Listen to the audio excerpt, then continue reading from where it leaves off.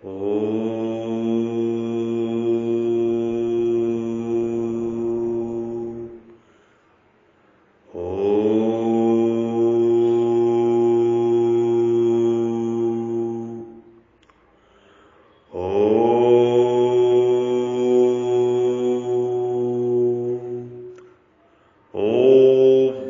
भगवते वासुदेवाय।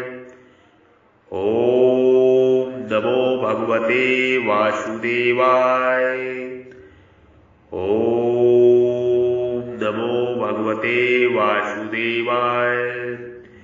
जो मनुष्य निर्बुद्धि है और उनकी मेरे में परमात्मा में श्रद्धा भक्ति नहीं है, वे अल्प मेघ के कारण अर्थात समझ की कमी के कारण मेरे को परमात्मा को साधारण मनुष्य की तरह अव्यक्त से व्यक्त होने वाला अर्थात जन्म ने मरने वाला मानते हैं। मेरा जो अविनाशी परमात्मा का जो अविनाशी अवयव भाव है अर्थात जिससे बढ़कर दूसरा कोई हो ही नहीं सकता और जो देश काल वस्तु व्यक्ति आदि में परिपूर्ण रहता हुआ इन सबसे अतीत सदा एक रूप रहने वाला निर्मल और असंबद्ध है, ऐसे मेरे अविनाशी ऐसे परमात्मा के अविनाशी भाव को वे नहीं जानते और परमात्मा के अवतार लेने का जो तत्व है उसको नहीं जानते। इसलिए वे परमात्मा को साधारण मनुष्य मानकर उस परमात्मा की उपासना नहीं करते, प्रत्युत देवताओं की उपासना करते हैं। उनमें बुद्धि का अभाव है, प्रत्युत बुद्धि में विवेक रहते हुए भी अर्थात संसार को उत्पत्ति विनाशील जानते हुए भी इसे मानते नहीं है। यही उनमें बुद्धि हित पना है, मूढ़ता है। दूसरा भाव यह है कि कामना को कोई रख नहीं सकता, कामना रह नहीं सकती क्योंकि कामना पहले नहीं थी और कामना पूर्ति के बाद भी कामना नहीं रहेगी। वास्तव में कामना की सत्ता ही नहीं है, फिर भी उसका त्याग नहीं कर सकते, यही अबुद्धिपना है। परमात्मा के स्वरूप को न जानने से वे अन्य देवताओं की उपासना लग गए हैं और उत्पत्ति विनाशशील पदार्थों की कामना में लग जाने से वे बुद्धिहीन मनुष्य परमात्मा से विमुख हो गए हैं। यद्यपि वे परमात्मा से अलग नहीं हो सकते तथा मैं भी परमात्मा भी उनसे अलग नहीं हो सकता, तथापि कामना के कारण ज्ञान ढक जाने से वे देवताओं की तरफ खिंच जाते हैं। अगर वे परमात्मा को जान जाते तो फिर केवल परमात्मा का ही भजन करते। बुद्धिमान मनुष्य वे होते हैं जो भगवान के शरण होते हैं, वे भगवान को ही सर्वोपरि मानते हैं।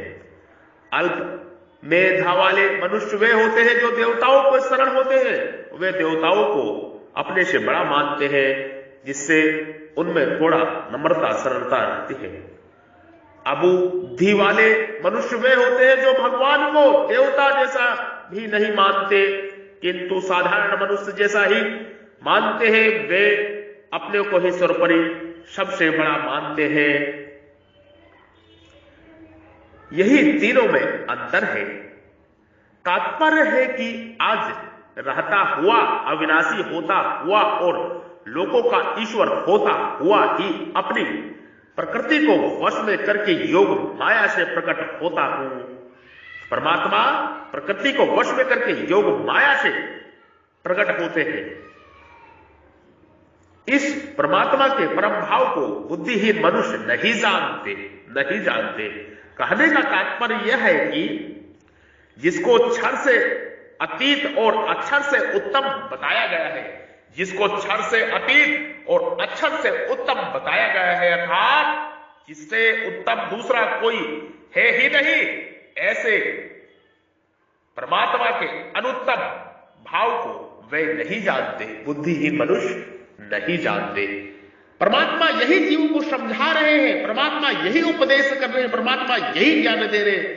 समस्त ग्रंथों में, समस्त वेदों में, समस्त स्मृतियों में, समस्त पुराणों में परमात्मा यही तो बोलना चाह रहे हैं। इतनी छोटी सी बात जीव नहीं समझता, जीव नहीं समझ रहा है। वासुदेव सर्वम, वासुदेव सर्वम, वासुदेव सर्वम। परमात्मा हर जगह मौजूद है। एक एक अणु, परमाणु, इलेक्ट्रॉन, न्यूट्रॉन, प्रोटॉन में मौजूद है परमात्मा। हर जीव में वही परमात्मा विराजमान है। इसलिए परमात्मा की ओर बढ़ो, वासुदेव की ओर बढ़ो, वासुदेव की भक्ति करो, सर्वेश्वर महाविष्णु की भक्ति करो, श्री कृष्ण की भक्ति करो। श्री राधा रानी उनके साथ में अर्धांगिनी है। श्री कृष्ण राधा, श्री कृष्ण राधा, जय श्री कृष्ण, जय श्री राधा, श्री कृष्ण राधा, श्री कृष्ण राधा। ओम नमो नारायणाय, ओम नमो नारायणाय, ओम नमो नारायणाय। ब्रह्म ज्ञान, महान ज्ञान, ये ब्रह्म ज्ञान का उपदेश आपको ब्रह्म से, मैं ब्रह्म ऋषि, महर्षि बद्री विशाल योगी श्री पराशर ऋषि का संतान, पराशर ऋषि का वंशज, डीएनए पराशर ऋषि का हूं मैं। आपको उपदेश दे रहा हूं ब्रह्म मुख से, आप इसको ग्रहण करो। आपके हृदय रूपी मंदिर में विराजमान परब्रह्म परमेश्वर ईश्वर को मैं प्रणाम करता हूं, नमस्कार करता हूं। प्रेम सहित कृपा मेरा प्रणाम नमस्कार स्वीकार करें कृतज्ञता के साथ में। सीताराम, जय जय श्री राम। ओ